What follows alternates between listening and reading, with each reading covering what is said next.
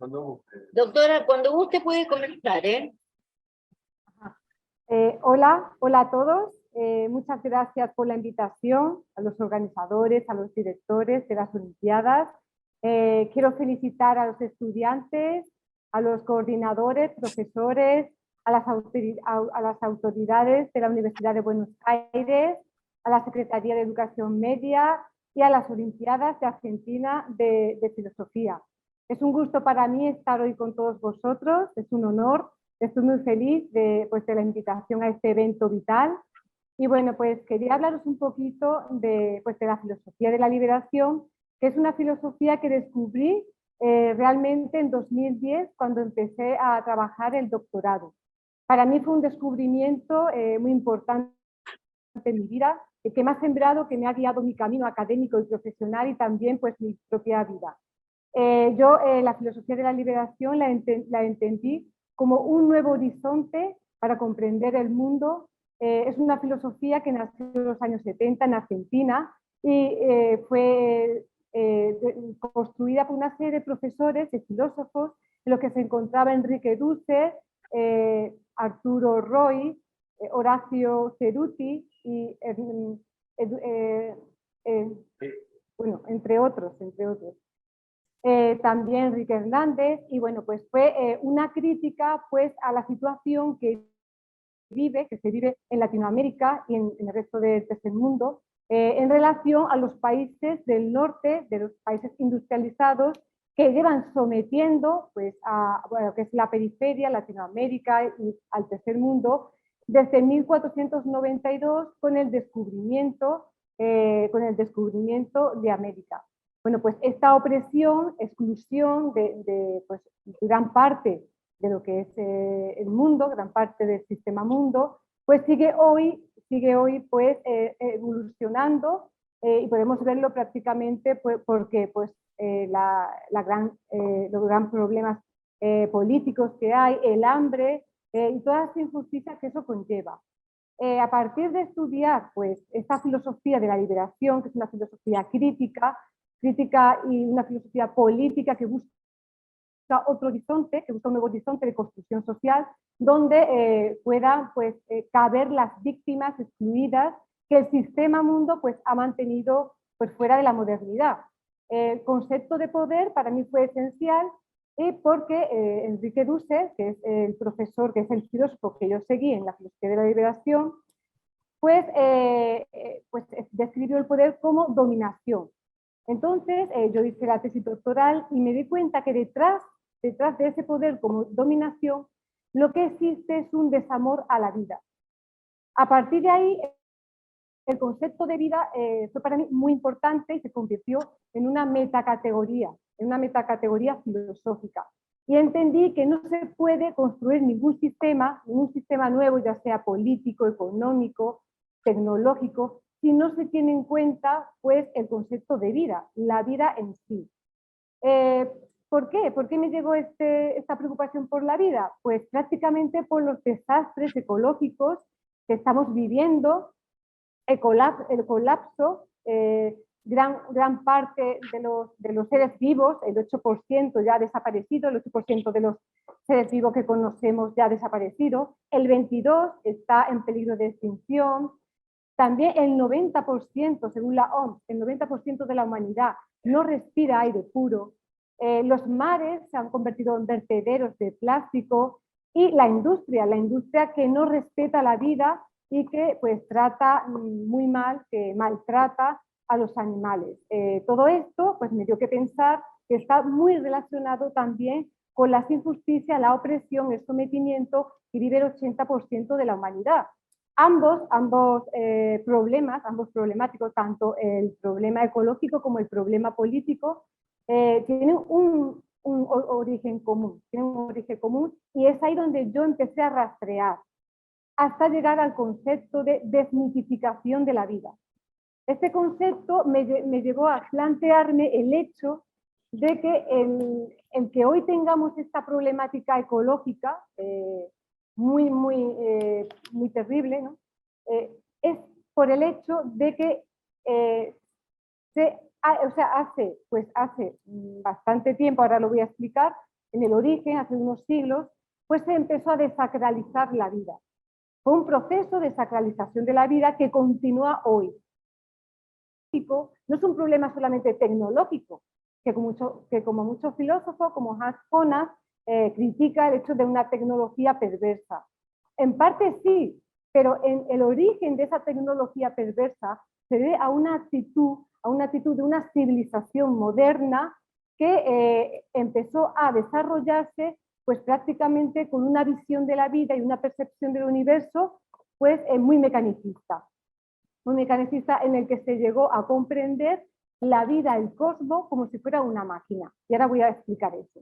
Pues para entender todo este proceso, es un proceso que se ha ido desarrollando a lo largo de muchos siglos, hasta llegar hasta hoy, hasta haber realmente manifestado este colapso ecológico y también humano, ¿no? Debemos entender un poco la historia mundial. La historia mundial yo me he apoyado en la versión, la interpretación que hace Enrique Dussel. También hay otros filósofos como Paolo Rossi que hablan del pasado de la civilización occidental, sobre todo de Europa. Y en esta nueva interpretación de la historia mundial se critica a los románticos, a los ilustrados del siglo XVIII que interpretaron la historia muy de forma eurocéntrica, es decir, que el principio y el final de la historia mundial parte de Europa, como si Europa desde siempre pues hubiera sido la cuna de la civilización y del progreso. Bueno, ante este esquema bastante eurocentrista, muchos pensadores, entre ellos Enrique Dussel, pues desmontaron toda esta historia mundial y plantearon que realmente antes de 1492, Europa ocupaba una posición política insignificante, cultural y política. O sea, en los primeros siglos de nuestra era, pues el territorio que comprende Europa, pues había realmente una crisis intelectual, científica, debido pues, a una crisis política que había dividido el Imperio Romano entre oriental y occidental, en el año 395, con Teodosio. Pues prácticamente ese territorio que comprende Europa estaba devastado, no había conocimiento, no había desarrollo intelectual. El desarrollo intelectual estaba de mano pues, de otros pueblos. De hecho, los griegos consideraban al territorio europeo como lo no político, lo no humano. Entonces, este planteamiento es muy novedoso con respecto al que nos dejaron por esos ilustrados románticos que creyeron que Europa pues, era el principio y el fin pues, de la civilización. Y no era así. O sea, al principio Europa era insignificante políticamente.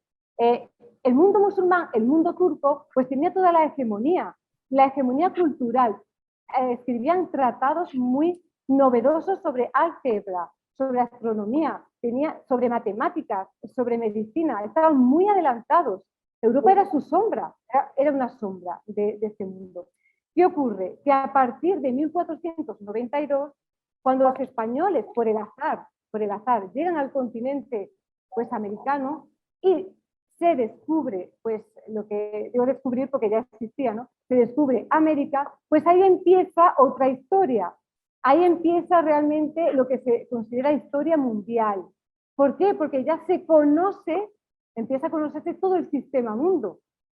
Al menos ya empieza pues a cambiar un poco pues toda la política, toda la forma de ver el mundo. Y los europeos aprovechan pues, esa situación favorable para explotar a los pueblos amerindios, para robarles el oro y la plata de las minas y para crear una ventaja comparativa con respecto a las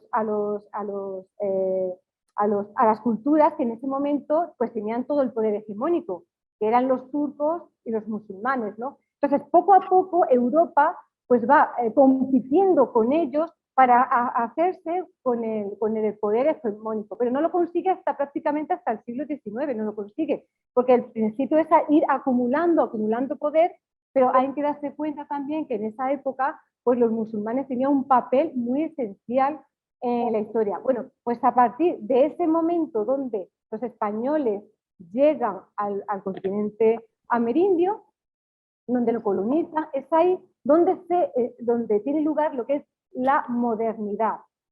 La modernidad es la primera vez que se empieza, que tiene lugar esa historia mundial, porque antes los imperios no coexistían entre sí. Entonces es la primera vez que tiene lugar pues, ese nuevo fenómeno que es la modernidad, lo que hoy conocemos. La modernidad tiene dos caras. Está la cara privilegiada de los europeos, de todo lo que ellos fueron desarrollando, el Renacimiento, la Ilustración, la Revolución Científica, pero también tiene su cara negativa, ¿no? Su cara opresiva, ¿no? Que es la que le tocaron vivir pues, pues a la mayoría de personas que vivían en la periferia, que no vivían en Europa. Bien, ¿qué ocurre? Que a raíz de que Europa poco a poco se va imponiendo al mundo musulmán y turco, su idea principal era pues ganar las batallas y poder ir escalando peldaños en el sistema político mundial. Y empieza pues a percibir el mundo en clave de dominación. Europa se está endiosando, tiene mucha ansia de poder, de crecimiento político, económico, y empieza a distorsionar la realidad en el sentido de que todo el cosmos, todo el universo empieza a comprenderlo como una lucha, como una guerra. Entonces, lo que va a ocurrir es que se produce una revolución, ¿no? Se produce una revolución que después, más tarde, un tal Alexander Koire denominó revolución científica. La revolución científica no es un cambio de paradigma del conocimiento, sino que también es un cambio de percepción del cosmos, de la vida, del ser humano. Es una revolución, hay un cambio radical del hombre, de cómo el hombre europeo empieza a interpretar la realidad. Los comienzos de la revolución científica estaban centrados prácticamente en la navegación oceánica, en la minería, también en lo que era la guerra, el poder derrotar al enemigo. Y el comienzo de la revolución científica, todos esos descubrimientos que se van haciendo, todos esos avances tecnológicos, tienen que ver únicamente con el tema de la guerra. ¿Para qué? Pues para ensalzar a Europa y colocarla en donde ellos pensaban, según el proyecto imperialista que estaba siguiendo. Entonces, debemos dejar claro que la revolución científica no surge, no es un fruto de amor al conocimiento, no es un fruto de amor al conocimiento, sino que realmente lo que dio lugar a todo ese cúmulo de descubrimientos y de hallazgos científicos tiene que ver con la guerra, o sea, con ganar la guerra al enemigo, con imponerse. Es así como se va creando lo que Enrique Dussel, que toma de Nietzsche, voluntad de poder, se va haciendo cada vez más, se va complicando, se va desarrollando cada vez más, y el europeo pues se va endiosando, se va creando, se ve por encima, pues se va viendo por encima de sus enemigos, ¿no? De sus vecinos, de sus enemigos. Y es así como la revolución científica, pues prácticamente todo tenía que ver con encontrar una tecnología suficientemente poderosa como para poder ganar en la batalla.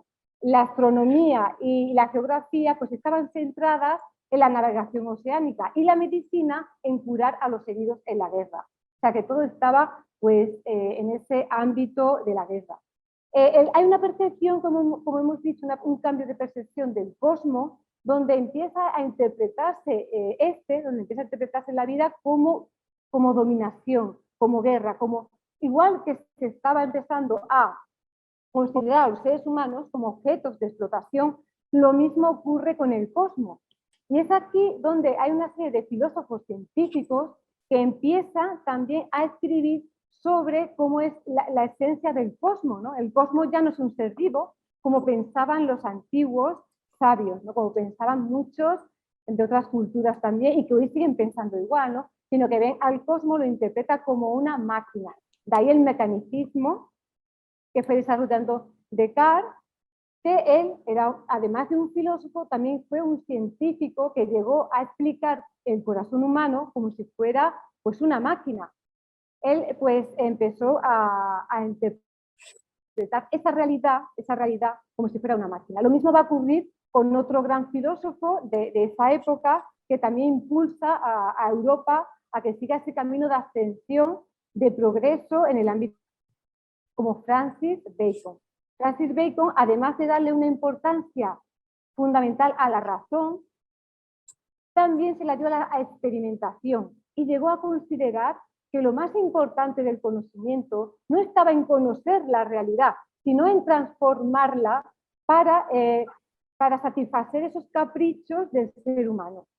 Entonces nos encontramos ante una encrucijada, porque ¿cómo es posible que este cambio de mentalidad nos lleve a querer transformar una realidad que para los demás pueblos, que para la demás cultura, que para los sabios antiguos, no se podía transformar? La realidad era sagrada, la realidad era algo sagrado, no se podía transformar. Y por primera vez en la historia, se empieza a esperar, se empieza a tener la seguridad de que transformar la realidad pues es algo muy positivo.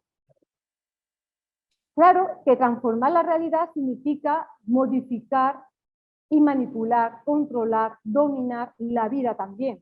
La vida, que es algo que debe ser considerada algo sagrada. Esto pasa por primera vez en la historia. Ninguna otra cultura se le ocurriría querer transformar algo que ya de por sí es sagrado, la vida. Eso empezó pues con Europa, con este tipo de evolución, con este cambio de percepción de la realidad, del cosmos, del ser humano, cuando se interpreta como en clave de dominación. ¿Qué pasa más tarde? Pues más tarde Europa consigue una mejor tecnología, o la revolución científica consigue una mejor tecnología pues para ganarle la batalla al enemigo. ¿Y qué ocurre? Pues que da lugar más tarde a una segunda revolución, la revolución industrial. En esta revolución industrial la máquina también tiene un papel esencial. Si en los siglos XVII la máquina se convirtió en modelo para explicar el cosmos, en la revolución industrial pues se encarna en un nuevo espacio que es la fábrica y el obrero. Y era este paso donde ya donde lo que se considera, lo que se va a hacer es, una vez que se ha desmitificado el cosmos y el universo y la vida, una vez que se ha desacralizado, que se ha visto como una máquina, ya no importa explotarlo. Primero era necesario desmitificarlo, desacralizarlo, después explotarlo con esta nueva sociedad que mistifica, que es una mistificación del capital. ¿Vale? Si antes hablamos de la desmitificación de la vida, pues en la revolución científica se va a dar lo que es la mistificación del capital, que es considerar a capital por encima de la propia vida. Y pues esto pues, va a influir en el comportamiento humano, en la nueva sociedad moderna, donde el individuo pues, se va convirtiendo en un ser individualista, egoísta, y es lo que actualmente estamos más o menos, un comportamiento que seguimos todos, en el sentido de que nos hemos desvinculado totalmente, nos hemos desvinculado de la madre tierra. Esta separación ha sido por ese proceso de desmitificación de la vida que tuvo lugar con la voluntad de poder. Y actualmente pues tenemos también lo que es la era digital, que es otra que se ha incorporado, y debemos preguntarnos si esta era digital pues también está influyendo de manera negativa o realmente tiene sus fenómenos positivos. Así que bueno, pues esta es mi interpretación. Lo he intentado resumir toda mi investigación que he llevado haciendo durante estos últimos años sobre el proceso de desmitificación de la vida, y bueno, espero que os haya gustado. Muchas gracias.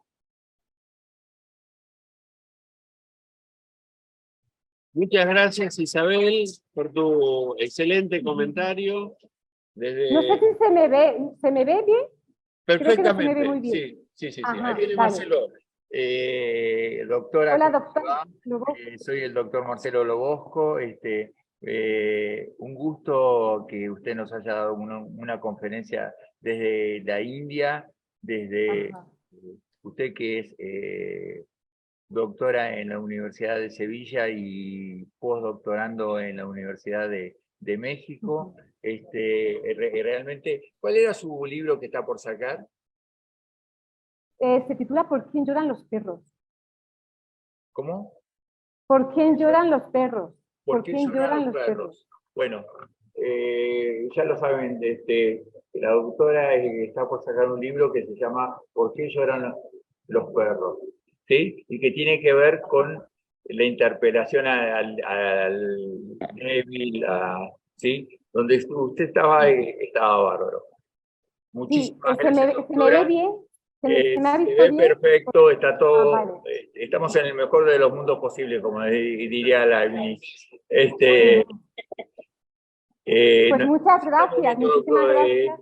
nos estamos viendo, ¿sí? El Estupendo, muchas doctor gracias, Lobo, el muchas director felicidades a todos. de la Olimpiada, un gusto muy grande.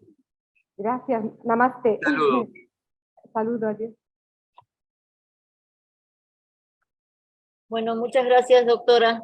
Ya la puedo. Gracias, muchas gracias. No, gracias a usted. Un gusto conocerla.